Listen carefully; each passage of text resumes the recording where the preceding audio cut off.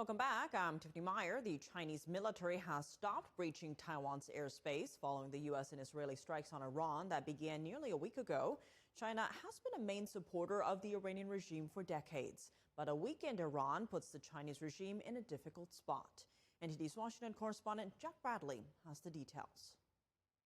The Chinese military is no longer breaching Taiwan's airspace, at least for the past week, as China's closest ally in the Middle East suffered from major U.S. and Israeli strikes, taking out its top leaders. This is unprecedented, as China's military flight breaches on Taiwan were happening daily, and what were seen as intimidation tactics or possibly rehearsals of an invasion. China's increasingly aggressive actions near Taiwan are not just exercises, they are rehearsals. The U.S. has been arming Taiwan in the event of an attack from China, but China has been benefiting off of the U.S. sending its weapons to Ukraine and dealing with conflicts in the Middle East. Iran is very, very important when you're planning to invade Taiwan. The Chinese Communist Party has been building relations with the Iranian regime for decades, building a second front against the U.S. and buying cheap sanctioned oil in the process. Iran is absolutely key when it comes to sanctions evasion. All while depleting U.S. resources. One example is when Iranian-backed Houthi terrorists began attacking European cargo ships in late 2023.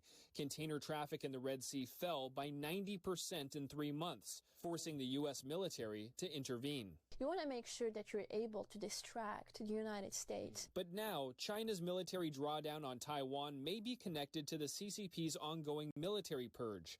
The Chinese regime has removed dozens of top generals over the past few months, placing them under investigation, accusing them of disloyalty to the Communist Party. Many say this has undermined the CCP's overall military readiness to invade Taiwan. The People's Liberation Army is in no position to fight a war. We spend our time in Britain and obviously in the US talking about the threat from China, but maybe it's overblown, Michael. But the U.S. may need a solution to Iran quickly, as a prolonged conflict could embolden the CCP. If it looks like the Americans and the free world have gotten stuck in Iran and that the regime still is in place, at that point, I think you could find the Chinese saying Taiwan as a very juicy target.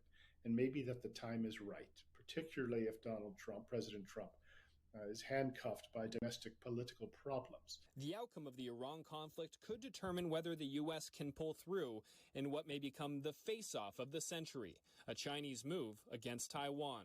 Reporting by Jack Bradley, NTD News.